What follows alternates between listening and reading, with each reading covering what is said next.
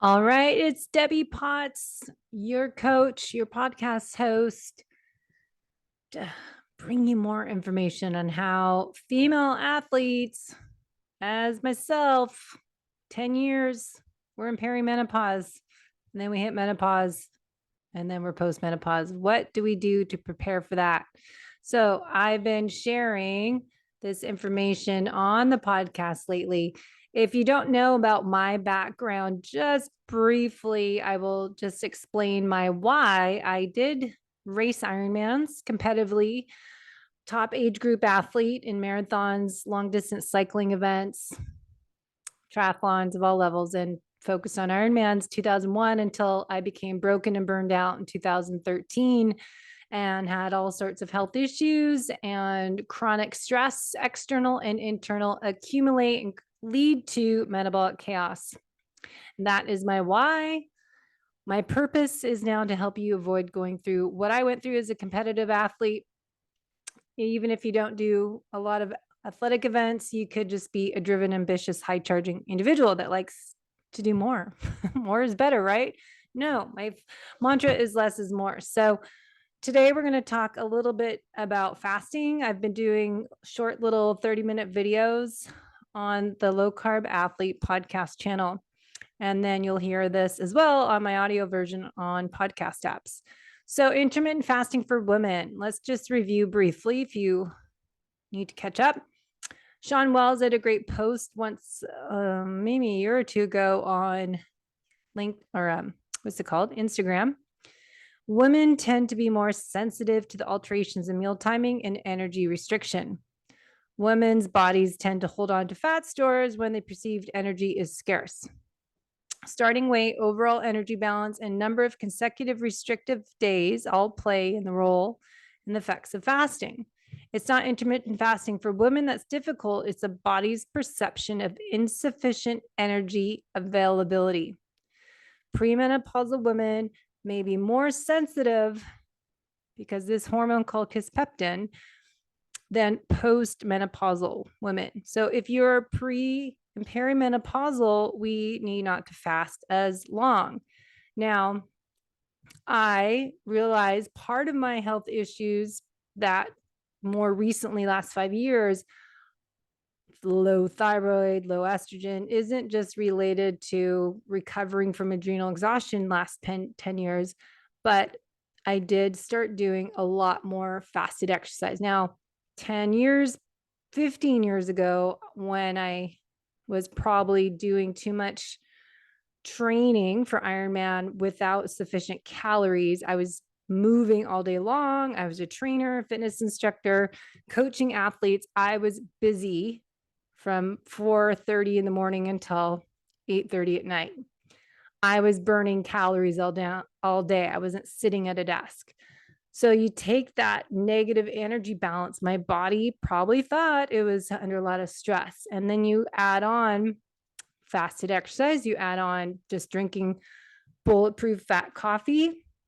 And then more probably 2018, when did we start doing OMAD? 2015, I started doing more fasting and realized, hey, I'm fat adapted. I'm not really hungry. I'm not going to eat, but I can exercise and push through it and wait till I get home and eat real food. So OMAD, fasting too much, doing too much fasted exercise is not ideal for the female athlete. I can tell you, and you can listen to my podcast episodes I did with Dr. Amy Heimerman on the thyroid health and other people I've done on the Dutch test, and I've shared my labs. I shared my GI test. I shared my organic acids test with you over the past few years. So you can go back and listen to those podcasts, mold toxicity, parasites, hormone imbalance, all this stuff that we say as FDN practitioners are hidden internal sources of chronic stress. Hidden stands for hormone imbalance, I, immune function, D for digestion, detoxification, energy system imbalance, and nervous system. I was in sympathetic overdrive. So you'll understand what my why is more if you know my background, why this is such an N=1 experiment. So this is why I just do one-on-one coaching. I try to do groups sometimes, but it just works better to share this one-on-one because we're all different. And if we really can look at matching your cycle for the female athlete that's peri and premenopause, looking at information of Dr. Mindy, Dr. Anna, looking at Dr. Stacy Sims' info because her research is based more on the athlete. Dr. Mindy's info is not always on the high performing athlete training as we are for Ironmans and marathons. We're doing a lot of volume. So the fasting information out there and the recommendations for females are based on more metabolically damaged people. So what about you that's exercising? You think you're healthy, you're feeling good, maybe you have some fat to lose, you're getting into this fasting, but maybe you're causing more stress. Maybe you're causing more hormone imbalance by adding on excessive fasted exercise and not fasting the best days of menstrual cycle. So if we look at the map on the video version, here's an example. Dr. Mindy's new book coming out, Fast Like a Girl, is going to be amazing to create an impact in our female athletes. But follicular phase is day 1 to 10. Dr. Mindy says 12 to 15 hours for female athletes. That's what Ben Greenfield, we say 12 to 15 hours for our clients. Higher volume of exercise is great when your estrogen is a little higher. Ovulation days around 11 to 15. Are you like me who's 50 years old? I don't know when I'm ovulating. It varies. Testosterone is up higher during ovulation. So that's when you want to hit those heavy lifting sessions. So I've kind of mapped all this out for my clients when I'm using Training Peaks, creating their workout programs. And then, looking at heart rate variability, and your heart rate and your readiness scores are going to vary too based on your cycle. So ovulation is kind of the marker of midway through your cycle. And then the second half is luteal phase. And that's when you want to really recover the end of your cycle. So that's what I think, if you're a 28-day cycle, I don't think everybody is exactly 28 days, but for an example, 28-day, 30-day cycle, that last week, say day 20 to 28, 21 to 28, 30, you need to do deload week, do easy things that nurturing. So that's kind of the summary. Now, I already explained kind of my story, but I wrote my book that's on Amazon. Some of you might enjoy it, might relate. Addicted to Busyness. Life is not a race. It is a journey, is my story. It was more therapy session for me. I wanted to get it out there and share my why, because I went from competing. I came 11th in my age group, Ironman Hawaii. I was placing second in my age group in Ironman. So I was at swim. I got a late start, but I wanted to share my story of what happened for me. Maybe it was just a mind dump. Maybe it was feeling like I need to explain myself, why I was 30 pounds heavier and just fat and not lean and strong and fit.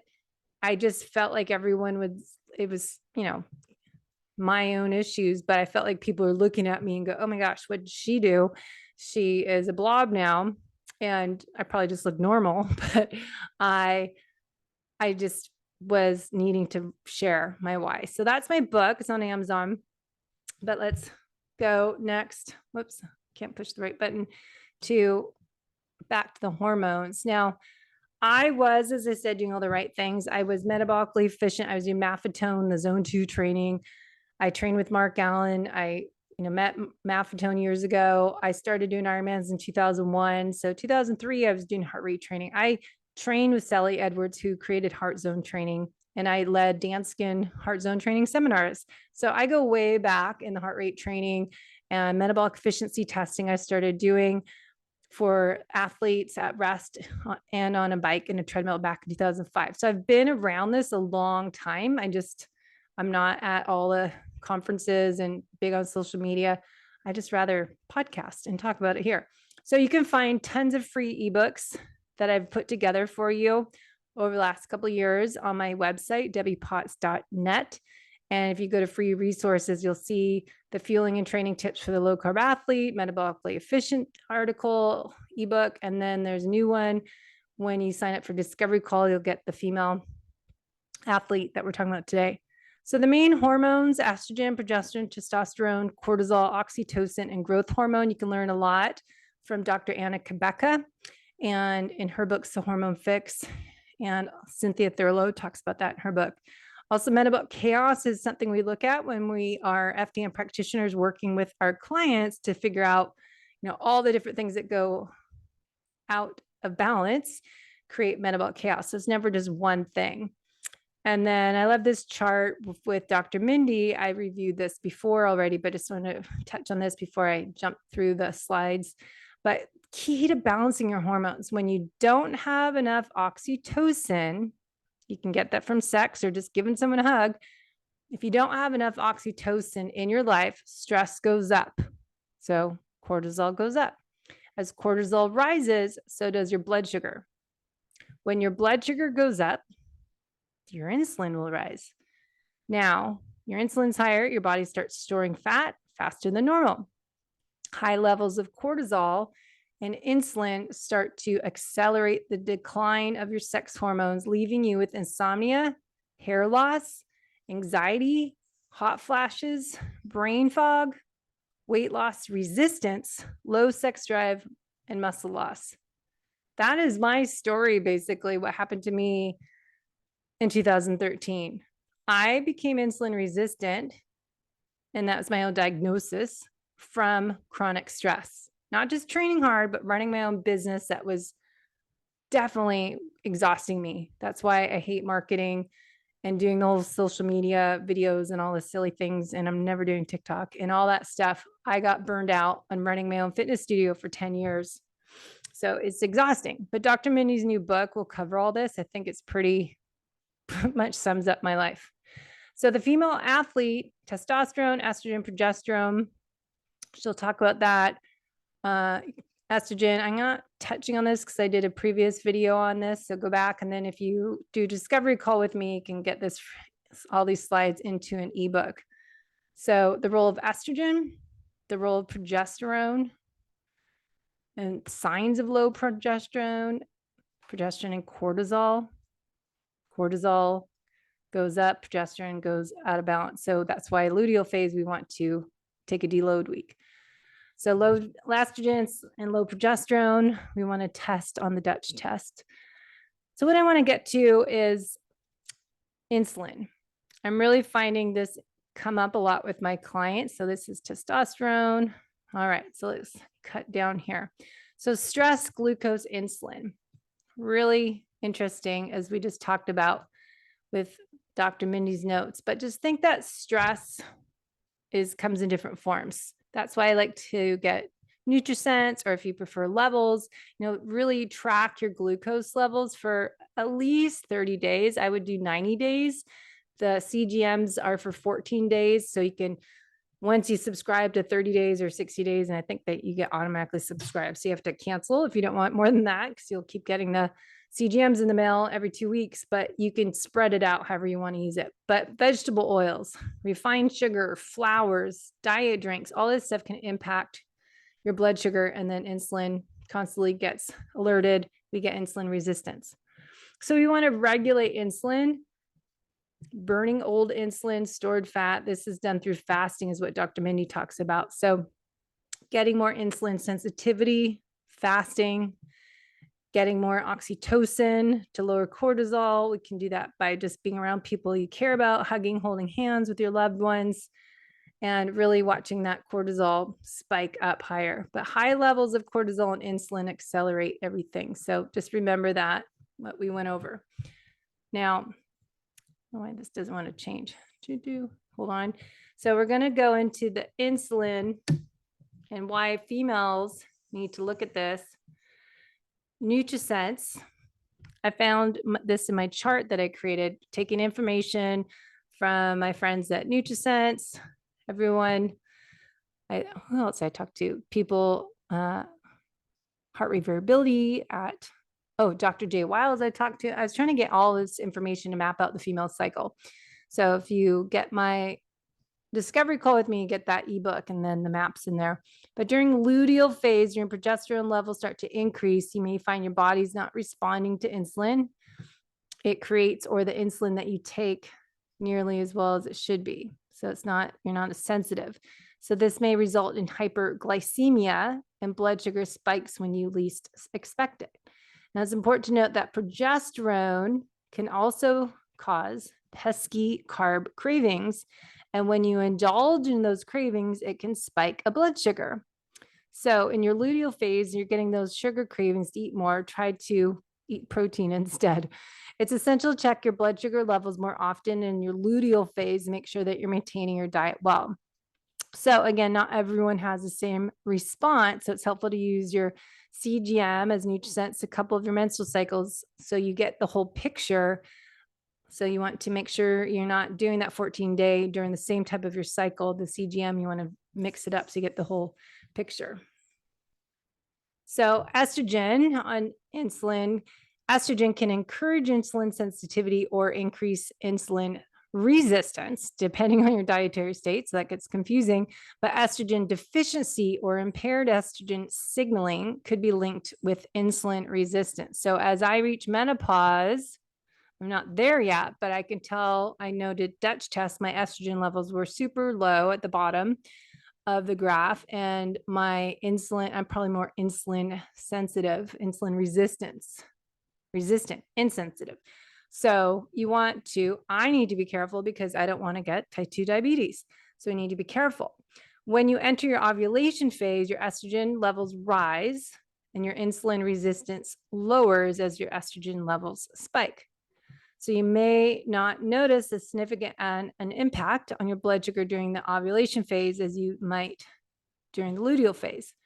Glucose is higher in your luteal phase. So it's good to track your hormones with your glucose to notice changes during your cycle and then adjust what you're eating to keep that blood sugar stable. So changes in your menstrual cycle can affect your blood sugar levels and impact diabetes.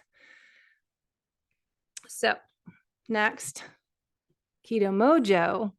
A blood sugar spike can be caused by eating carbs, experiencing stress, or even exercise.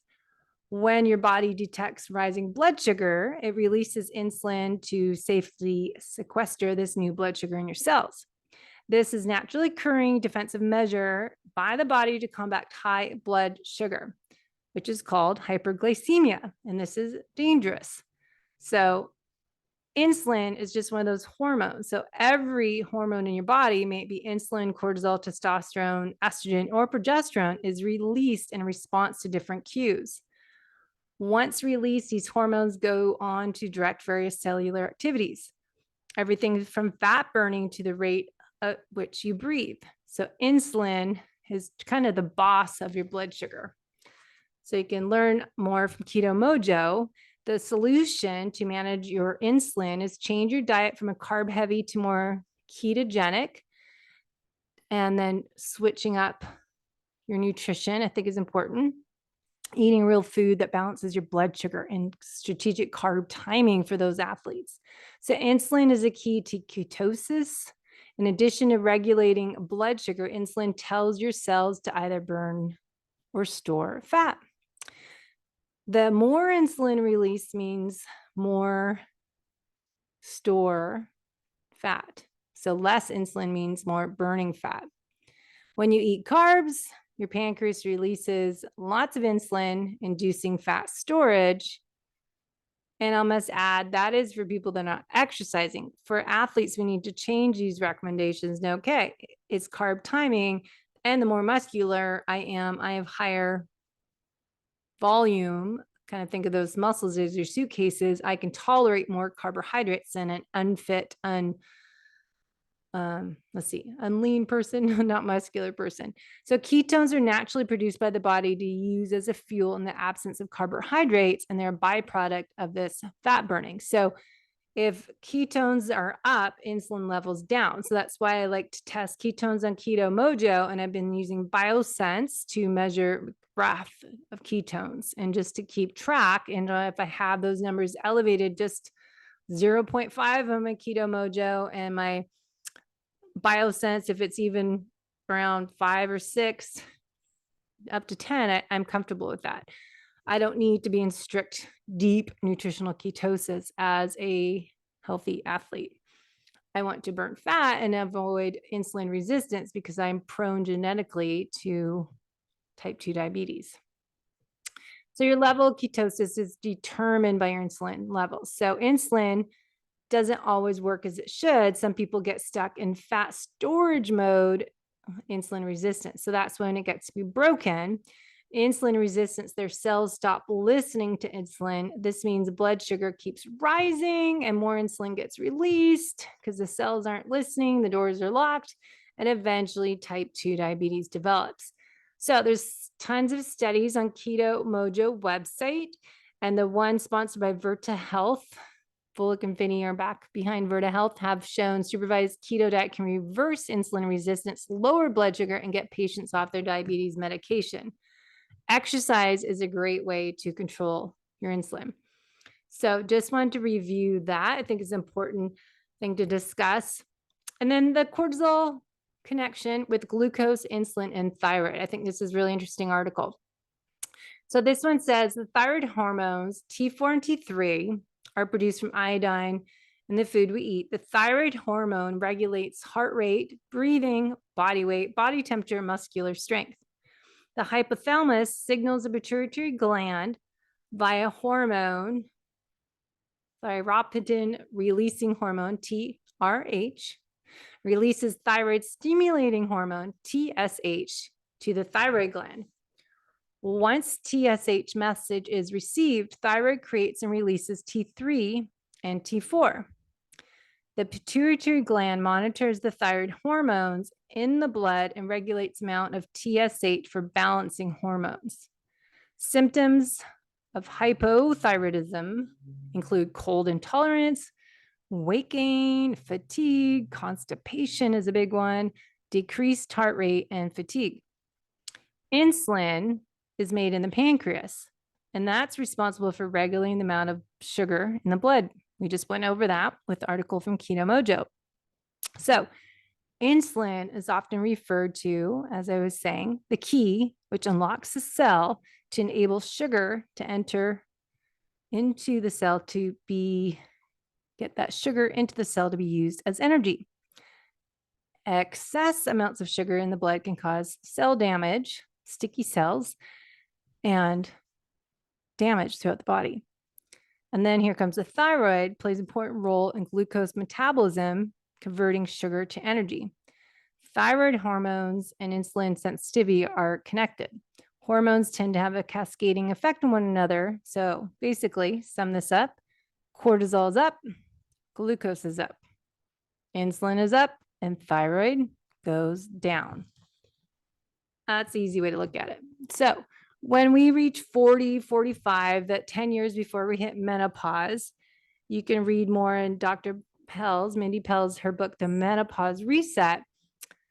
These are some key takeaways. Estrogen, progesterone levels are starting to lower. The ovaries begin to retire, and they're done their job. They're handing the job over to the adrenals to make the sex hormones. The adrenals are already working super hard. As I went over the beginning of this little mini show, chronic stress, we're addicted to busyness, we're working out a lot, we're racing, we're running a business, we're having a family. We are already busy. Chronic stress is already elevated, especially if you start doing excessive biohacking. Too much of everything can add to chronic stress and overwork that stress management system. So building a new fasting can help with that, but not doing anything too much. So we want to support the adrenals and the liver. So we're not doing too much fasting and too much of anything, just the right amount and the right timing. So not fasting days 20 to 21 or until like middle of your cycle is that ideal. So during that luteal phase, we want to eat more grass-fed meat, add in some citrus foods, tropical fruits. Those are going to help build that progesterone. Okay, so we want to support the liver. We want to repair our gut. We want to support the adrenals. We want to detoxify heavy metals from our brain. We want to detoxify toxins from our environment, people. That includes people, not just clean out your closet, clean out your kitchen, your pantry, but clean out your life. So detoxing everything. And then we want to rebalance the hormones.